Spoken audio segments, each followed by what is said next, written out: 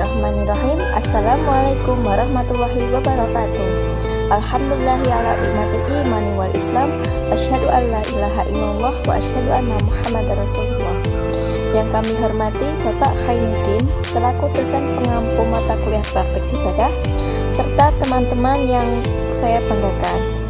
Di sini saya Siska Nurul Afidah, NIM 9326094020, Prodi PGMI kelas 2A, akan menjelaskan tentang cara membersihkan najis. Langsung saja berikut penjelasannya.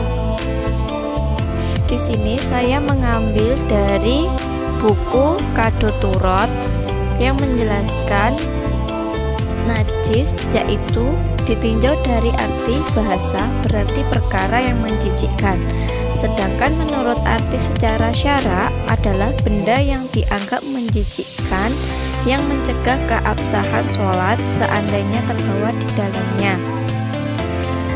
Pembagian najis. Yang pertama, najis hukmiyah, yaitu najis yang tidak berbentuk, tidak ada rasa, warna, dan bau. Cara mensucikan najis ini dengan mengalirkan air secara merata pada bagian suatu benda yang terkena najis sekalipun hanya sekali.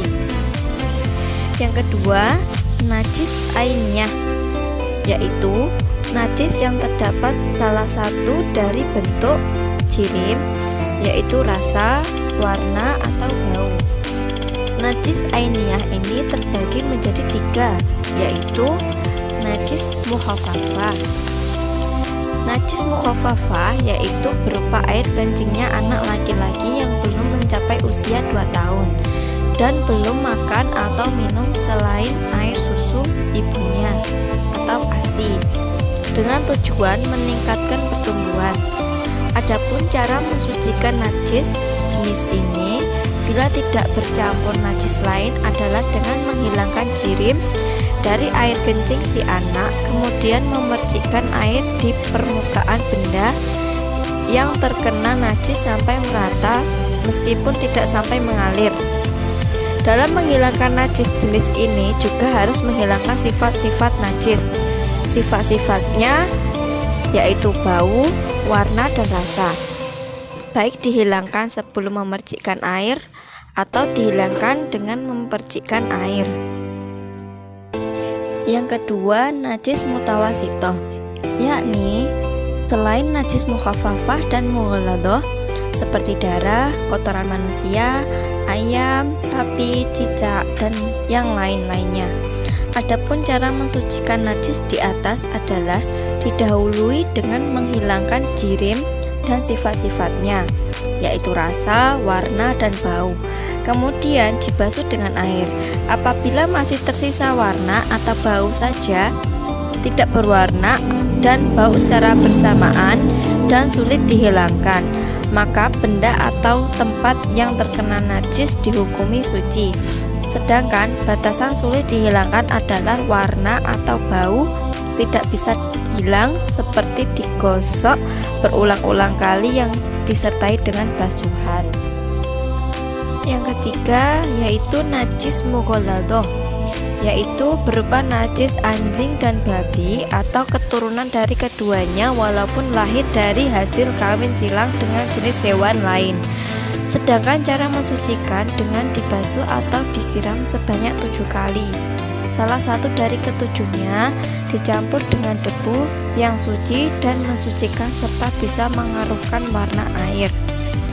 Dan basuhan atau siramannya harus merata pada seluruh bagian benda yang terkena najis, baik bagian luar atau dalamnya. Basuhan atau siraman mulai dihitung 1 setelah hilangan jirim najisnya, walaupun membutuhkan basuhan berulang-ulang. Dan untuk basuhan atau siraman yang dicampur debu tidak harus diletakkan pada hitungan tertentu, namun lebih utama diletakkan pada basuhan pertama. Sedangkan cara mencampur air mutlak dengan debu ada 3 cara. Salah satu dari ketiga cara dapat diterapkan ketika bagian yang terkena najis dalam keadaan kering dan tidak terdapat jirim. Dan apabila bagian yang terkena najis dalam keadaan basah namun tidak terdapat jirim, maka cara yang bisa dipakai hanya yang pertama dan kedua. Sedangkan apabila bagian yang terkena najis terdapat jirim, maka ketiga cara tidak dapat dipakai. Itu tadi penjelasan tentang najis. Untuk selanjutnya saya akan memberikan contoh tata cara menghilangkan najis kencing bayi yang masih belum mencapai usia 2 tahun dan belum makan minum selain air susu ibu atau ASI. Berikut contohnya. Nah, sebagai contoh itu sudah terdapat air kencing bayi. Air kencing dihilangkan menggunakan tisu terlebih dahulu.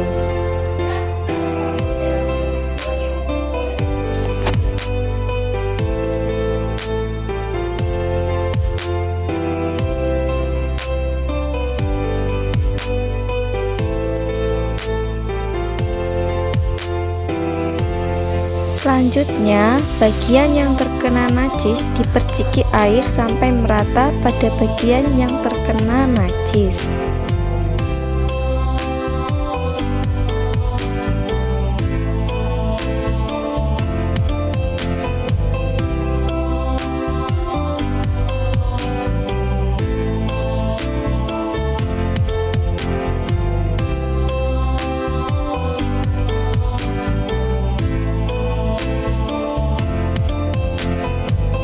Dan selanjutnya kita keringkan lagi menggunakan tisu sampai kering.